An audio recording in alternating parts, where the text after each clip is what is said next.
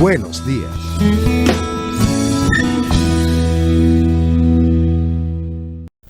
Seguimos en esta mañana de Buenos Días por la televisora Andina de Mérida. Ya está con nosotros Leonardo Soto, quien ha sido invitado a nuestra ciudad. Es economista, como ustedes saben, lo entrevistamos creo que hace un año. Hace aproximadamente unos 9 meses. Hace unos 9 meses aproximadamente. Es magíster en gerencia de proyectos de investigación y desarrollo, doctor en gerencia, analista de contexto socioeconómico y presidente integral de Consultores Group. Precisamente ha venido a formar parte de un interesante evento que se va a efectuar mañana viernes en el Hotel Convención Boutique de nuestra ciudad a partir de las 5:15 de la tarde cuando comience la acreditación y a partir de las 6 de la tarde cuando comience el evento. Se trata de escenarios gerenciales 2024, acciones, oportunidades, inversiones y riesgos, y de eso precisamente vamos a hablar con Leonardo en esta mañana de Buenos Días por la televisora Andina de Mérida. Leonardo, bienvenido como siempre a la ciudad de Mérida. Para nosotros Gracias, es un placer tenerte en la ciudad y es un placer mayor tenerte en los estudios de la televisora Andina de Mérida. Leonardo, cuando nos hacemos un paseo por la economía, sobre todo la economía local, nos damos cuenta de que se mantienen algunas dificultades. Esas dificultades parten quizás de la inexistencia clara de políticas públicas en materia económica y además de mantenerse per se la inexistencia de anuncios en materia económica, pero a partir de las iniciativas del gobierno nacional. En segundo lugar, también nos damos cuenta de que hay dificultades en materia energética, y si bien en este momento estamos pasando por un breve periodo sorpresivo y que nos alegra en materia de combustible, pues tenemos severos problemas en materia eléctrica, pues eso forma parte de los requerimientos para la producción. Por tanto, se pone muy lento el aparato productivo local.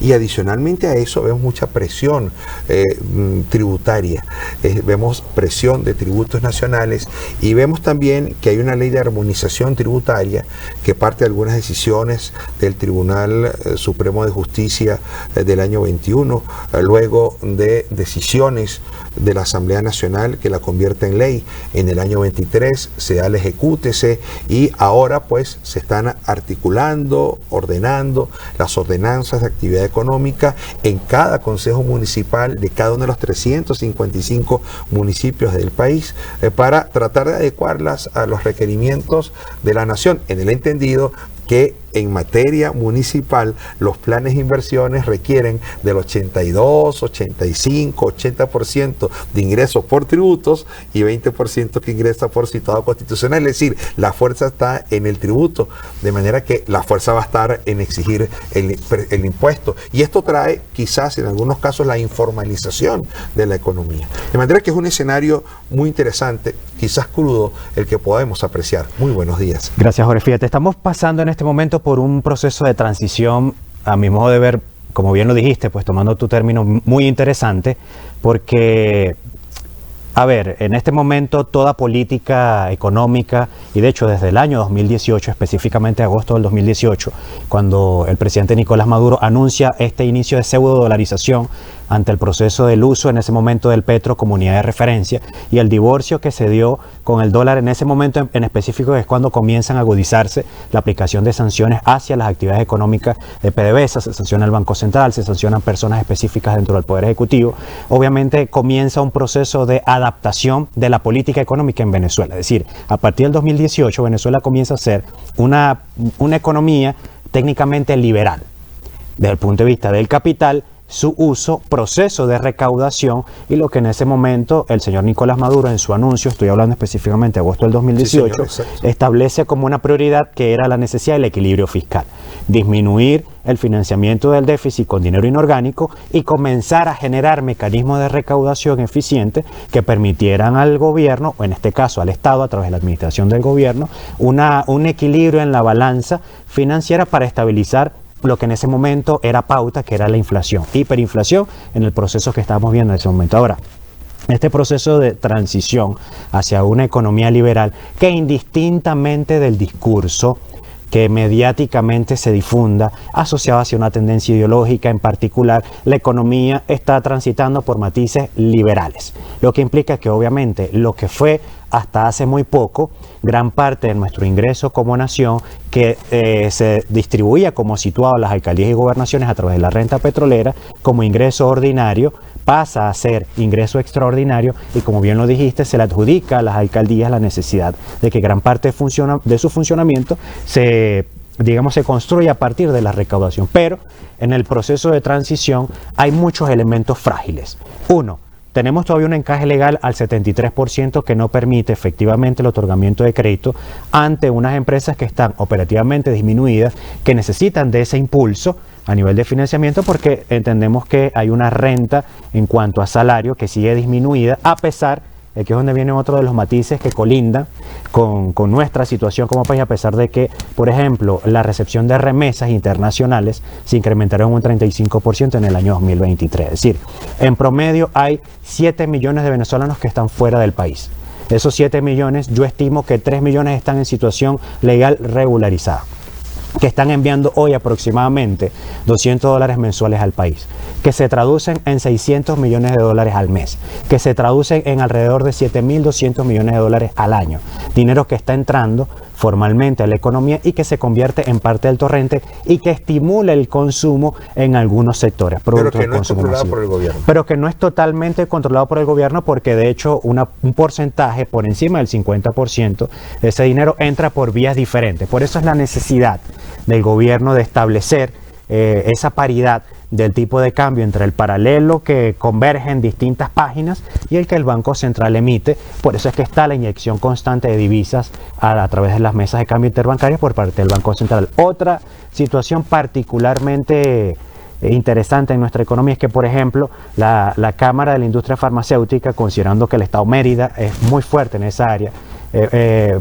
estimó que en el año 2023, hasta agosto del 2023, se movilizaron alrededor de 174 millones de unidades de medicamentos diversos en todo el país, que representó para la estimación de la Cámara un crecimiento de más del 40%. Es decir, que a pesar de que nuestra economía está contraída, a pesar de que nuestra economía presenta matices de hasta cierto punto elementos de voracidad fiscal que están tratando de regularlos con el tema de la ley de armonización tributaria, a pesar de que el crédito no está disponible, a pesar de que hay muchos factores salariales que nuestra economía, por su condición fundamentalmente petrolera, siempre había sido estructuralmente asalariada, y tú lo dijiste cuando estabas leyendo los titulares, el tema de la importancia que aún tiene la Universidad de los Andes en el movimiento económico y social de la ciudad y del Estado en general.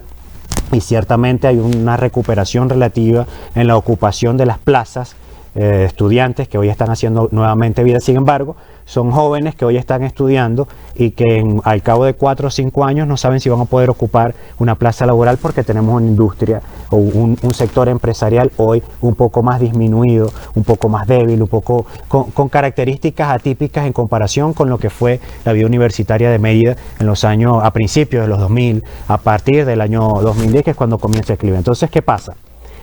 Sí existen muchos factores obviamente en contra del sector empresarial y de la organización empresarial. Hay referencia al tema farmacéutico y yo creo que es justo decir que también ha cambiado la conducta de consumir del venezolano, y ha cambiado porque ha priorizado, que es lo más importante para el venezolano, alimentarse y la salud. Y yo creo que los escasos ingresos en un país donde no hay política salarial, porque tenemos casi 2 años sin recibir aumento de salario formal en Venezuela, sino ha sido por la vía de la bonificación. Entonces, ante la inexistencia de una política salarial, los escasos ingresos que tiene la familia venezolana se dirigen a 2 áreas fundamentales: se dirige a la salud y se dirige a la alimentación, o la alimentación y a la salud, cualquiera de las dos. Y por eso es que el aumento, las áreas industriales que están en aumento permanente es el área farmacéutica y el área alimenticia. Ahí tienes varios matices de análisis, porque ¿qué pasa? Ciertamente, el negocio farmacéutico en el país se ha incrementado de manera importante a partir de la disminución de la del confinamiento producto de la pandemia por COVID. Entendemos lo que eso implicó para la humanidad y en Venezuela tuvo una repercusión aún mayor. Eso obviamente se revierte en lo que yo he analizado como dos tendencias de consumo actualmente presentes en la economía. Consumo de emergencia y consumo de sobrevivencia. ¿Okay? Y aunque son los que más están generando volumen y peso a nivel transaccional, cuando hablamos de grandes empresas que tienen infraestructura para producir, para colocar, y de ahí es donde viene el otro factor fundamental para cobrar, obviamente tienen una participación desde el punto de vista logístico en el aprovisionamiento de esa necesidad inmediata. Sin embargo, no son los únicos sectores que están creciendo. Sí, estoy consciente porque de hecho he estado recorriendo una buena parte del occidente del país, en parte analizando lo que ha sido este comportamiento del tema del suministro eléctrico versus el suministro de gasolina, que son fundamentales en todo el eje occidental andino, que produce leche, produce carne, produce hortalizas, produce frutales, produce florales, es turístico, Mérida, Trujillo, Táchira, por ejemplo, y que están siendo afectados por esta intermitencia en el suministro de estos productos, de estos servicios que son tan básicos. Ahora, se ha incrementado el consumo, por ejemplo, en alimentos preparados, es decir, el factor gastronómico sigue estando presente, el factor textil en el centro del país se sigue moviendo de manera interesante, el factor turístico, de forma irónica, se está asomando más hacia el eje costero, de playas hacia Falcón, todo lo que es el borde costero, Lecherías, Puerto de la Cruz, está teniendo un movimiento interesante. Es decir, ahora, ¿qué pasa actualmente, Jorge? Y por eso es en parte mi presencia en la ciudad de Mérida. Claro, vamos un momento antes de ir a los compromisos comerciales, porque esta es la realidad. Esto es lo que tenemos encima de la mesa. Este es el plano que se nos está presentando. Ahora, ¿cómo actuar? ¿Cómo actúa un gerente? ¿Cómo actúa un pequeño comerciante? ¿Cómo actúa un emprendedor en Mérida, donde donde existe una altísima tasa de emprendimiento, aunque paradójicamente existe una altísima tasa de mortalidad en los emprendimientos porque se quedan en la mitad sin el acompañamiento técnico o sin el acompañamiento financiero? Entonces, ¿qué se debe hacer? ¿Hacia dónde se debe mirar en este momento bajo un escenario con estas características y con estos matices? Es Leonardo Soto en esta mañana de Buenos Días por la televisora andina de Mérida, 7:35, compromisos comerciales y a la vuelta, la parte final de nuestra conversación con el economista que estará este día jueves a partir de las 6 de la tarde en el Hotel Convención Boutique de nuestra ciudad. Compromisos comerciales. Parte final de nuestra conversación con el economista Leonardo Soto. ¿Qué hacer entonces ante esa realidad que usted acaba de descifrar y que coloca como un punto de inflexión muy exacto en agosto del año 2018 y los cambios que se produjeron a partir de ese momento? Cambios cambiarios en política monetaria, se acaba el control de precios, hay una serie de modificaciones y que convierte esa economía controlada con un matiz muy particular ideológico a una economía liberal, que es la que actualmente estamos viviendo. Lamentablemente esto surtió un frenazo de golpe el 13 de marzo del año 2020, cuando comenzó la cuarentena producto del COVID-19, pero luego pues se ha venido otra vez normalizando este tipo de economía, pese a que no existen reglas claras ni políticas públicas económicas claras en función de coadyuvar al sector privado, que es el sector que ciertamente permite el crecimiento de las naciones. El sector privado es el que actualmente en Venezuela es el que está dominando la pauta salarial en cuanto a escala, obviamente respetando las leyes que establece el país con relación al tema de remuneraciones, pagos contractuales y todo lo que eso implica. Sin embargo, entendemos lo que hoy es una realidad técnica en cuanto a los salarios, y las empresas han ajustado de acuerdo a su flujo de caja a los trabajadores, a sus colaboradores internos. Ahora, ¿qué hacemos? Aquí viene algo importante, Jorge. Cada ciudad que yo he visitado hasta ahora, en los últimos 2 años de movimiento por todo el país, pasa algo muy particular. Por ejemplo, los merideños me dicen que mi crisis Mérida, es más fuerte que la crisis del resto del país. Los zulianos, maracaiberos, me dicen, nuestra crisis es más fuerte que la crisis. ¿La crisis que viven los merideños? No. No es nada. No. La crisis que se vive en Lechería es más fuerte que la que se vive en el resto del país. Es decir, la apreciación individual, de cada crisis, basado en un largo periodo de estacionamiento, de estacionamiento económico, político y social, ha llevado a que cada persona internalice de forma muy cerrada lo que ocurre en su casa, en su empresa, en su entorno inmediato. Pues es normal, mi problema es el mayor problema que tiene, o sea, nadie más tiene más problemas que yo. Es absolutamente normal, pero cuando se va la electricidad, pero cuando se va la electricidad se nos va a todos, por ejemplo, o por lo menos en un sector, a nosotros se nos va, por lo menos en un sector más grande, por ejemplo, cuando falla la gasolina, falla. Por ejemplo, ha estado intermitente el servicio eléctrico en el centro del país, en Valencia y en Maracay, jamás como acá, pero esa intermitencia para ellos representa una crisis muy grande.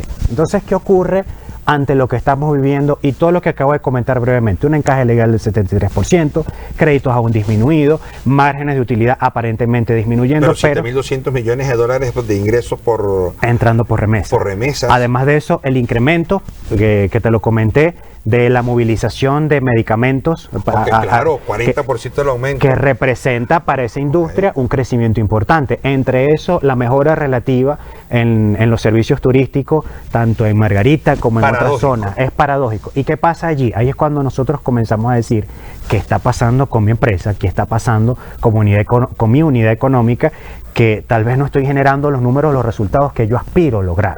Entonces, cuando yo me hago esas preguntas, puerta cerrada.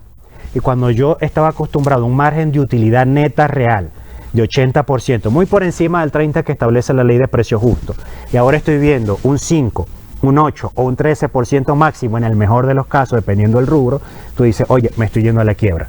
Cuando mis gastos se han incrementado, cuando mis gastos tributarios se han incrementado, cuando mis costos tributarios se han incrementado, dices, me estoy yendo a la quiebra, no sé qué hacer, qué voy a hacer. Es cuando viene la necesidad, Jorge, de que nos reunamos, de que entendamos de que si bien mi crisis sigue siendo, o mi emergencia, o mi situación difícil, sigue siendo mía porque tiene matices muy particulares, tal vez en un proceso de intercambio de experiencias nos permita a nosotros poder tomar elementos que a alguien le funciona para yo aplicarlo con la tropicalización que eso implica en los matices gerenciales que yo desarrollo a nivel empresarial. Porque ¿qué pasa? Como hemos estado o hemos sufrido, cuando digo sufrido me refiero al hecho de movernos en un nivel de incertidumbre muy alto, no sabemos qué va a pasar, cuándo va a pasar, cómo va a pasar, y en la incertidumbre nace la especulación. ¿Existe algún algoritmo para dárselo al empresario?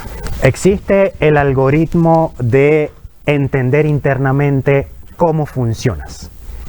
Te coloco este dicho que a mí me lo comentó un joven empresario en el estado Zulia, que no lo olvidé, que se me quedó tatuado y que trato de repetirlo en todas las actividades públicas que realizó. Él me dijo que su papá le comentó que vendiera más. Siempre vende más. ¿Por qué? Porque las ventas tapan todo. Si hay un hueco financiero dentro de la estructura de la empresa porque tal vez le dimos palo al capital, vende más que la venta lo tapa. Pero ¿qué resulta en esta economía atípica y particular? Que los plazos de las cuentas por cobrar se han incrementado de 7 días a 60 días, dependiendo del rubro y dependiendo de la estructura comercial. Tú puedes manejar eso en una economía sin crédito. Y si lo manejas, sabes cómo internamente lo estás manejando.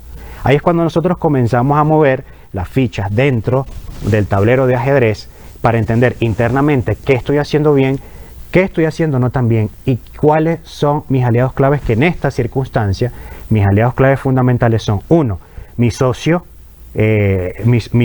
directo, que es la municipalidad; 2, mi cliente, que es el que me compra; mi aliado interno, que es mi colaborador, mi trabajador; y mi proveedor. Yo, cuando me manejo armoniosamente en esa ecuación, entiendo cuáles son mis márgenes de utilidad, entiendo cómo se optimizan costos, entiendo lo que implica una política de gasto y presupuestaria adecuado a la empresa, a la estructura, entiendo que implica escalabilidad, entiendo que implica sostenibilidad y sustentabilidad.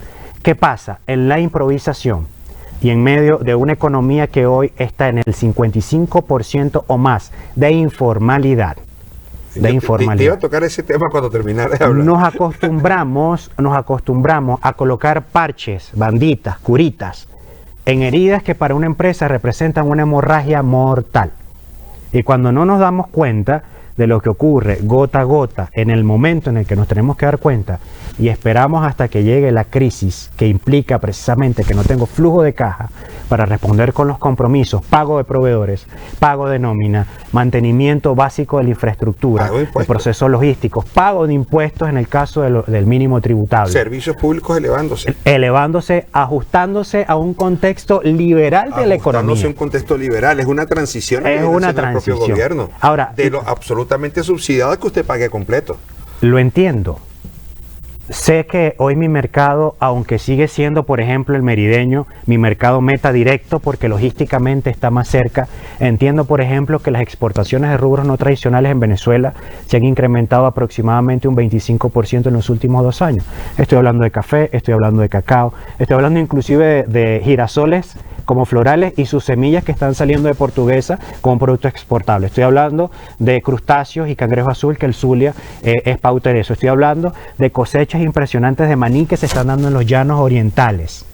Estoy hablando de una serie de rubros que antes eran totalmente, digamos, ocultos para nuestra realidad empresarial y que hoy se están convirtiendo en pauta. Ahora, yo como empresario merideño y lo que ofrezco y lo que tengo para dar, puedo entrar en ese nuevo dinamismo económico que no solamente está definido por mis límites fronterizos específicos, que son la ciudad de Mérida, que es el Vigía, que es Ejido, sino que son tantas otras aristas que yo puedo abordar, el estado Táchira, el estado Zulia, el centro del país que está demandando hoy, porque obviamente es quien tiene la mayor densidad poblacional y en promedio un mejor ingreso per cápita de aproximadamente $150 por trabajador desde el punto de vista salarial. Y aunque $150 es mucho menos de los 450 o 550 que vale pues la canasta básica familiar, estamos hablando de que $150 compran más que los $5 o $6, por ejemplo, del salario real de la administración pública. Hablando de salario real según la ley, no de las bonificaciones que actualmente está entregando el gobierno a partir precisamente de esa necesidad de compensar esa balanza salarial. Ahora, está todo esto sobre la mesa. ¿Qué hacemos? Si tú estás encerrado en tu empresa, en tu escritorio, escuchándote a ti mismo, tomando decisiones solo y no entendiendo lo que está pasando, no solamente en Mérida, sino en todo el país, no vas a tomar posiblemente decisiones adecuadas en función de la necesidad que tiene una infraestructura tan importante. Se requiere una disciplina gerencial bárbara. Mira, una planificación impresionante. Para nosotros ser... Una conducta cierta de empresario. Para nosotros ser gerentes y administrar empresas complejas en función de lo que hoy está demandando el mundo, tenemos que ser temerarios. Y ser temerarios en estas circunstancias que son tan difíciles, tenemos que salir de la zona de confort. Y dice, oye, pero Leonardo nos está invitando a que nos incomodemos aún más cuando estando en nuestra casa estamos incómodos. El asunto es que a veces salir de la casa, y salir de la casa implica salir de la caja en la que nos encontramos, en el pensamiento básico de que lo que apliqué hace 20 años, hace 30 años, lo aplico hoy y debería resultar en un contexto socioeconómico que es totalmente diferente. Por eso, Jorge, cuando Carlos del Grupo Optimus me dijo, vamos a reunirnos para conversar con los gerentes de Mérida, yo dije, es el momento, porque vengo de recorrer una buena parte del país y sé que traigo información interesante para que podamos debatir el día jueves 29 de febrero. Y esto lo van a debatir mañana a partir de las 6 de la tarde en el Hotel Convención Boutique. Es un esfuerzo interesante del Grupo Optimus aquí en Mérida y que ustedes tienen la posibilidad de acceder a esta información. Gracias, Leonardo. Gracias. Vamos un momento a los compromisos comerciales y a la vuelta, parte final de nuestro programa del día de hoy, 28 de febrero del año 2024. Hoy se aspira a que entreguen el cronograma electoral, que le da una dinámica distinta a la política, a la economía, porque se ingresa el componente político. Y eso va a ser también un acelerador de la economía, aunque sea ficticio. Y aunque sea por un tiempo breve, pero lo es. Pero lo es, definitivamente lo es. Compromisos comerciales. Buenos días.